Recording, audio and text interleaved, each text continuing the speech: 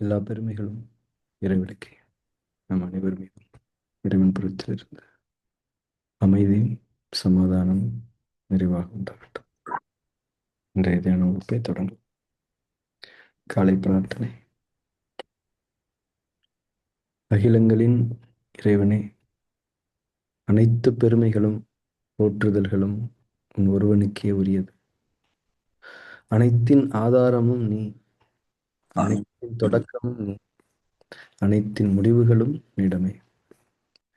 உன்னுடைய அருட்கொடையாம் இந்த நாளை உன்னுடைய திருப்பெயரால் நான் தொடங்குகின்றேன்.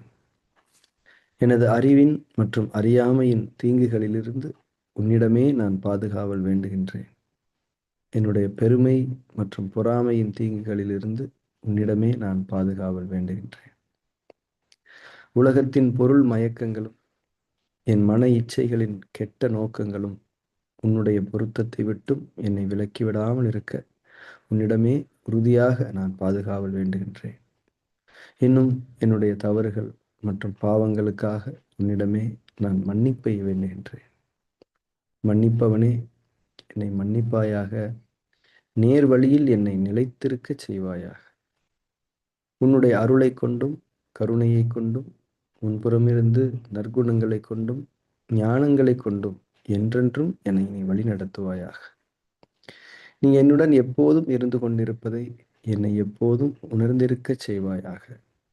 என்னுடைய எண்ணங்களிலும் பார்வையிலும் பேச்சுக்களிலும் செயல்களிலும் பொறுமையை கொண்டும் நன்மைகளை கொண்டும் எனக்கு வழிகாட்டுவாயாக. எனக்காக நீ நாடியிருக்கும் நன்மைகளை தவறாது நான் அடைந்து கொள்ள எனக்கு நீ உதவி செய்வாயாக. நீயே என் இறைவன், நீயே என்னுடைய பொறுப்பாளன், நீயே என்னுடைய இறைஞ்சுதலை செவியேற்பவன். செவியேற்பவனே, படைப்பாளனே, புதிய படைப்பாக என்னை ஆக்கி தருவாயாக. புதிய வாழ்க்கையில் என்னை வாழ வைப்பாயாக. அமைதியும் சமாதானமும் ஆரோக்கியமும் ஞானங்களும் நன்மைகளும் மேன்மைகளும் குளிர்ச்சியும் கதகதப்பும் சோலைகளும் நீரோடைகளும் தூய உணவுகளும் உறவுகளும் நிறைந்த புத்தம் புதிய வாழ்க்கையை உன்னை கொண்டு நான் விரும்புகின்றேன். விருப்பங்களை அளிப்பவனே, ஏற்றுக்கொண்டேன் இறைவனே. புதிய வாழ்க்கையில் என்னை வாழச் செய்வாயாக. புதிய படைப்பாய் என்னை ஆக்கி தருவாயாக. உன்னுடைய அருட்கொடையாம் இந்த நாளை உன்னுடைய திருப்பெயரால் நான் தொடங்குகின்றேன். பெருமைகளும் புகழ்களும் உன் ஒருவனுக்கு. பொதுவாக நம்ம எல்லாருக்கிட்டையுமே ஒரு கேள்வி இருக்கும். என்கிட்ட நிறைய பேர் கேட்பாங்க அந்த கேள்வி. எல்லாமே கரெக்டாக பண்ணுறேன், இருந்தாலும் எனக்கு இது நடக்க மாட்டேங்குது அப்படின்னு கேட்பாங்க. எல்லாருக்குமே நமக்குமே ஒரு கேள்வி இருக்கும். எல்லாமே கரெக்டாக தானே பண்ணுறோம், எல்லாத்தையுமே கரெக்டாக தானே ஃபாலோ பண்ணுறோம். அதாவது செயலுக்கு விளைவு என்பது இறைவன் வகுத்து வைத்த ஒரு சட்டம். விளைவு வரலைன்னா செயலை நம்ம இன்னும் சரியாக பண்ணலைன்னு அர்த்தம், அல்லது இன்னும் கொஞ்சம் அந்த செயலை பண்ண வேண்டியது இருக்குன்னு அர்த்தம். அவ்வளோதான், சிம்பிள் ஆன்சர். இதில் விளக்கங்கள் கொடுக்கறதுக்கு ஒன்றுமே கிடையாது. செயலுக்கு விளைவு அப்படிங்கிற அந்த சட்டத்தை யார் போட்டது? இறைவன் தானே. இறைவன் கருணையாளன், இரக்கமுடையவன், அநியாயம் செய்யாதவன், தீர்ப்பு நாளுடைய அதிபதி எல்லாம் படிக்கிறோம் இல்லையா? இப்போ விளைவு தான் நம்ம எதிர்பார்க்குற விஷயம்தான் விளைவுனா அது வரணும். வரலைன்னா அதுக்குரிய செயல் நிறைவேற்றப்படலைன்னு அர்த்தம். அவ்வளோதான். ரொம்ப சிம்பிளான ஒரு புரிதல். ரொம்ப போட்டு குழப்பிக்க தேவையில்லை. யாரையும் கேட்க தேவையில்லை. இன்ட்ராக்ஷன்ஸ் என்னைக்கு இறைவனோட சேருதோ, இறைவனை நோக்கி இருக்குதோ, அப்போவே நமக்கு தெளிவு. அதாவது இந்த கேள்வியை நம்ம கேட்கறதே விளைவு வராததுக்கு ஒரு காரணம் தான். அதுவே நம்ம புரிஞ்சுக்கலாம். நீ இறைவன் என்ன சொல்றான்? எல்லாத்தையும் என்கிட்ட கேள்வி, எதுக்கு இவங்கிட்ட எல்லாம் கேட்டுட்டு இருக்க? இவனை அவனுக்கு தர்றான். இவனுக்கு என்ன அதிகாரம் இருக்குது? அதை நீ புரிஞ்சுக்கணும். அதனால இது பர்சனல் இன்ட்ராக்ஷன்ஸ் வித் அல்மைட்டி. அதனால நமக்கு விஷயம் தெரியும் என்ன நடக்குதுன்னு. நல்ல குணங்களை கொண்டு, நல்ல பழக்கங்களை கொண்டு, இறைவனுடைய பொருத்தத்தில் வாழ்வது எப்படி என்பதை இறைவன் நமக்கு அறிவித்திருக்கின்றான். அதுவே பெரிய ஒரு விளைவு நமக்கு. தொடர்ந்து நம்மை அந்த நேர்வழியில் நிலைப்படுத்திக் கொள்வதற்கும் உதவி கொண்டிருக்கின்றான். இதுவே பெரிய கிஃப்ட். இதுல நமக்கு ஒரு கேள்விகள் இருந்துகிட்டே இருக்குது.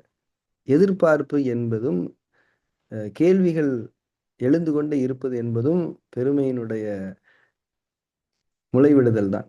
அதனால வந்து இன்ட்ராக்ஷன்ஸ் டெஃபினட்டா இருக்கக்கூடாது. நமக்கு என்ன செயல் செய்யணும்னு தெரிஞ்சு போச்சு அவ்வளோதான். செஞ்சுக்கிட்டே இருக்க வேண்டியது. செயல் செய்யறதுக்கு இறைவன் நமக்கு புரிதலையும், ஞானங்களையும், வலிமையையும் குடுத்திருக்கானே! அப்படிங்கிறதுக்கு இறைவனுக்கு நீங்க நன்றி சொல்லிக்கிட்டே இருங்க. விளைவுகளின் மீது பற்று வைக்காதீர்கள். அப்ப என்ன ஆகும்னா, நாம இறைவன கடைபிடிக்கிறது, இறைவன பின்பற்றுறதுங்கிறது வந்து, அட்லீஸ்ட் இதுக்காக தானா? அப்படின்ற மாரி ஆயிடும். எனவே, நாம் செயல்களில் மட்டும் கவனமாக இருப்போம்.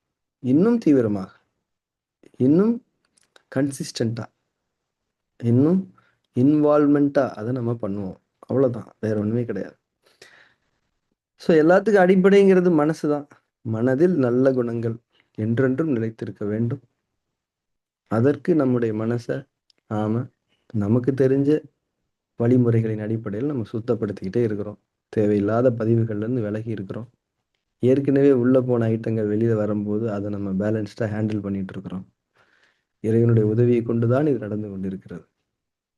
நாம செய்ற விஷயங்களுக்கான நன்மைகள, விளைவுகள இறைவன் அவனுடைய அருளையும் சேர்த்து தானே தந்துகிட்டு இருக்கான். அதனால இப்ப நமக்கு கிடைச்சிருக்க விளைவே வந்து பெரிய மன்னிப்பும், அருளும் தான். அதில் தொடர்ந்து நாம் நிலை பெற்றுக் கொள்வோம். ஸோ இன்னைக்கு நம்ம வந்து ஃபார்ம் 3 பிராக்டிஸ் பண்ண போறோம். நாம் அனைவரும் தியானத்துக்கு தயாராகலாம். புற சூழலிலிருந்து நாம் விலகிக் கொள்வோம். இந்த உலகம் நம்முடைய சகலமும் என்று நாம் நினைத்துக் கொண்டிருக்கக்கூடிய இந்த புற உலகத்திலிருந்து நாம் விலகி விடுவோம். உண்மையான நம்முடைய சகலமும் நம்முடைய இறைவன் தான். ஆக உலகத்தில் இறைவனுடனான சந்திப்பிற்காக நாம் திரும்பிக் கொள்வோம். உணர்வோடு, விருப்பத்தோடு, ஆர்வத்தோடு, நன்றி செலுத்துதலோடு இறைவனை சந்திப்பதற்காக நம்முடைய அக உலகத்தில். உடல் அதிஷ்டானாவில் நிலைப்படுத்தப்படட்டும்.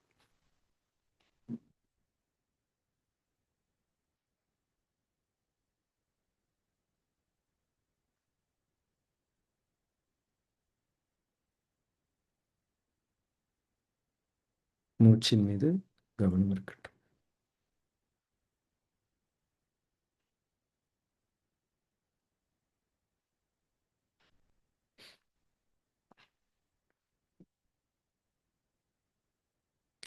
இயல்பான உள்மூச்சும் வெளிமூச்சும் நிகழட்டும். மூச்சின் மீது உணர்வுடன் கூடிய கவனம் இருக்கட்டும். மாபெரும் அத்தாட்சியை நாம் உணர்ந்து கொண்டிருக்கின்றோம். உயிர் நமக்கு கொடுக்கப்பட்டு கொண்டிருக்கிறது. விலை மதிப்பற்ற இந்த உயிராற்றல் இறைவனால், அகிலங்களின் இறைவனால் நமக்காக பிரத்யேகமாக படைக்கப்பட்டு நமக்கு அருளப்பட்டு கொண்டிருக்கிறது, வழங்கப்பட்டு கொண்டிருக்கிறது. நாம் வாழ்விக்கப்பட்டு கொண்டிருப்பதுதான் இந்த உலகத்தின் மாபெரும் அத்தாட்சி. நமக்கு நெருக்கமான அத்தாட்சி. அத்தாட்சிகள் மனிதர்களுக்காகவே. அதுவும் நெருக்கமான ஒரு அத்தாட்சி இந்த மூச்சின் மீது நமக்கு கொடுக்கப்பட்டிருக்கிறது. உணர்வோடு ஒவ்வொரு மூச்சையும் நாம் கவனிக்க வேண்டும்.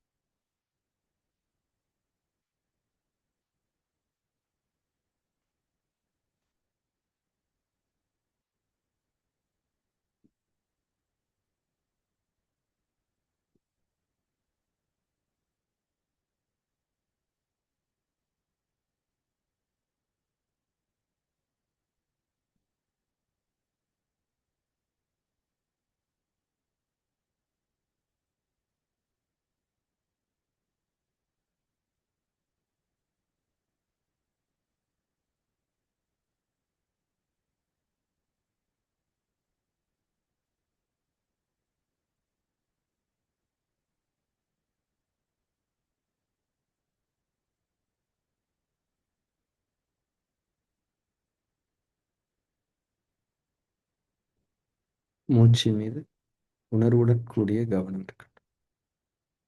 ஒரு மூச்சும் தவறவிடப்படக்கூடாது.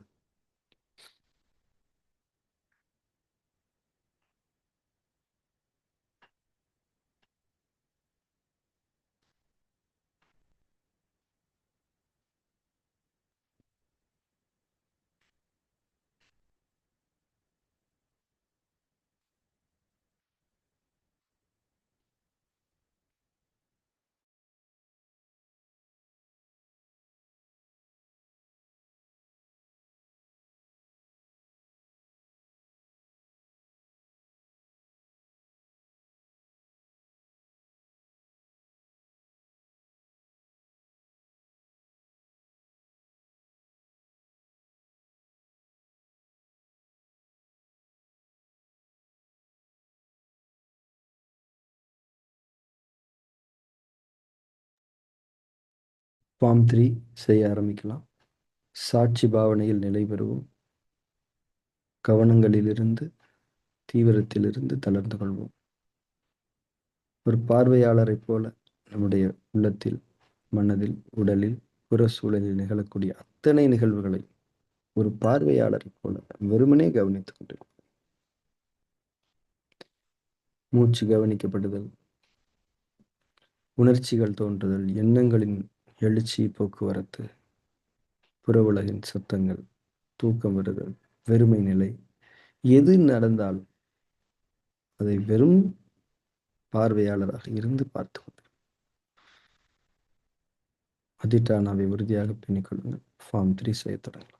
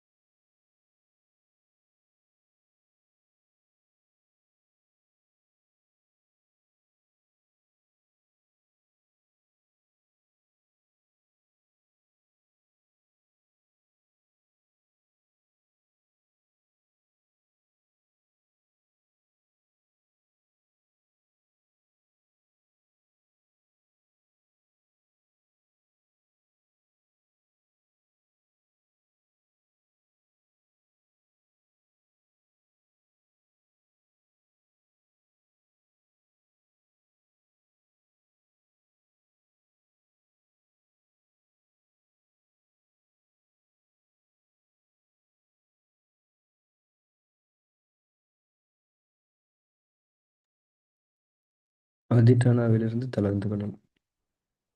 தியானத்தில் தொடர்ந்திருக்கலாம்.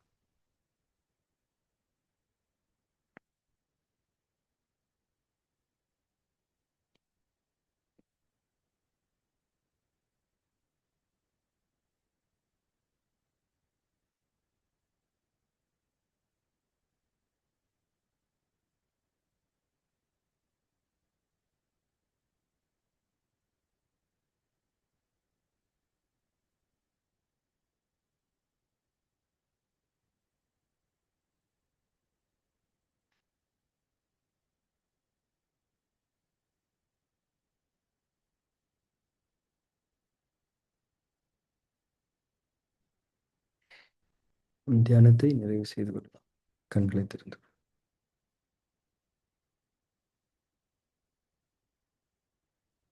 புற உலகத்துல எப்படிலாம் செயல்படணும் அப்படிங்கிறதுக்கான அனுபவங்கள் நமக்கு நிறைய இருக்கு. வாய்ப்புகள் நிறைய இருக்குது. புற உலகத்துல செயல்படுறதுக்கான அறிவு நமக்கு கொடுக்கப்பட்டுக்கிட்டே இருக்குது. ஆனா அக உலகம்தான் நாம முக்கியமா நல்லபடியா செயல்பட வேண்டிய உலகம். அக உலகத்துல நம்ம எந்த அளவுக்கு நல்லபடியா செயல்படுறோமோ அந்த அளவுக்கு தான் புற உலகத்துல நம்ம நல்ல செயல்களை செய்யக்கூடிய தன்மைக்கு இருக்க முடியும். அக உலகத்துல என்ன செய்யலாம், என்ன மாதிரியான வழிமுறைகளை பின்பற்றணும் அப்படின்னு நமக்கு தெரியாது. ஆனா அக உலகத்துக்குள்ள போகணும், நிலைச்சிருக்கணும். அங்க நமக்கு ஞானங்கள், கற்பித்தல்கள் கொடுக்கப்படும். இந்த தியானம் அப்படிங்கிற ஒரு விஷயம் இப்போ இது வரைக்கும் என்னுடைய பர்சனல் அனுபவத்துல இந்த தியானம் எப்படி ஒர்க் பண்ணுது அப்படின்னா, நல்ல செயல்கள், அதாவது நல்ல கருத்துக்கள் நம்ம நிறைய உள்வாங்குறோம். அதை செயலா மாத்துறதுல இருக்கக்கூடிய தடைகளை நீக்கிறதுல இந்த தியானம் நமக்கு ஹெல்ப் பண்ணுது. இப்போ நிறைய பேர் வந்து கெட்ட பதிவுகளை போட மாட்டாங்க. நல்ல பதிவுகளை நிறைய தேடுவாங்க. அதுவுமே சேகரிப்பா மாறிடும். நிறைய வச்சுப்பாங்க. நிறைய உள்ள இருக்கும். ஆனா அது எதையுமே அவங்க செயலா மாத்த மாட்டாங்க. இது ஒரு பிரச்சனை இருக்குது. நிறைய புக்ஸ் வச்சிருப்பாங்க. நிறைய கோட்ஸ், நிறைய கருத்துக்களை சேர்த்து வச்சிருப்பாங்க. ஆனா அவங்களுக்கு அதை செயலா மாத்துறதுல தடை இருக்கும். அந்த தடையை உடைக்கிறதுல தியானத்துக்கு இணையான ஒரு சக்தி இல்ல. அதனால தான் இத வந்து நம்ம மருத்துவம்னு சொல்றோம். மருத்துவம் அப்படிங்கிறது என்னன்னா, நமக்கு எல்லாமே கிட்ட இருக்குது. ஆனா, அத வந்து நம்ம அச்சீவ் பண்ணிக்க முடியல. அதுக்கு உதவுறது தான் மருத்துவம். நம்மளோட இயலாமை அது. அந்த இயலாமை அப்படிங்கிறது வந்து நம்ம மனசுல இருக்கக்கூடிய சில குழப்பங்கள், சில காம்ப்ளிகேஷன்ஸ். அதனால தான் வருது. அந்த தடை, தயக்கம், அந்த ஒரு துணிவு, இது இல்லாத தன்மை. இந்த இடத்துல தான் மெடிடேஷனுடைய உதவி இருப்பதாக நான் என்னுடைய அனுபவத்தில் உணர்கிறேன். அதனால வந்து இந்த ஃபார்ம் 3யும் ஆதிமூல தவமும் இறைவன் புறத்திலிருந்து நமக்கு கொடுக்கப்பட்ட மாபெரும் உதவி. இது இது ஒரு ஞானம். இத நீங்க வச்சுக்கோங்க. மனச இந்த கருவிய வச்சு நீங்க டீல் பண்ணிக்கங்க. அது இன்றைய நவீன யுகத்துல நம்ம மனச வந்து சரியான தன்மையில கையாள்றதுக்கு, இறைவனுடைய செய்திகளையே முழுமையா உள்வாங்கி அத செயலா மாத்துறதுக்கு இறைவனிடமிருந்து கிடைத்த உதவிதான் இந்த தியான வழிமுறை என்பதாகத்தான் நாம் உணர்ந்து கொள்ள வேண்டும். இது இல்ல அப்படின்னா, கண்டிப்பாக ஒரு இழப்பு இருக்கும். இது இருந்தா கண்டிப்பா அந்த இழப்பு இருக்காது. நம்ம லைஃப்ல வந்து ஒரு முழுமை ஏற்படும். நெறைய விஷயங்கள் நம்ம செய்ய முடியும்.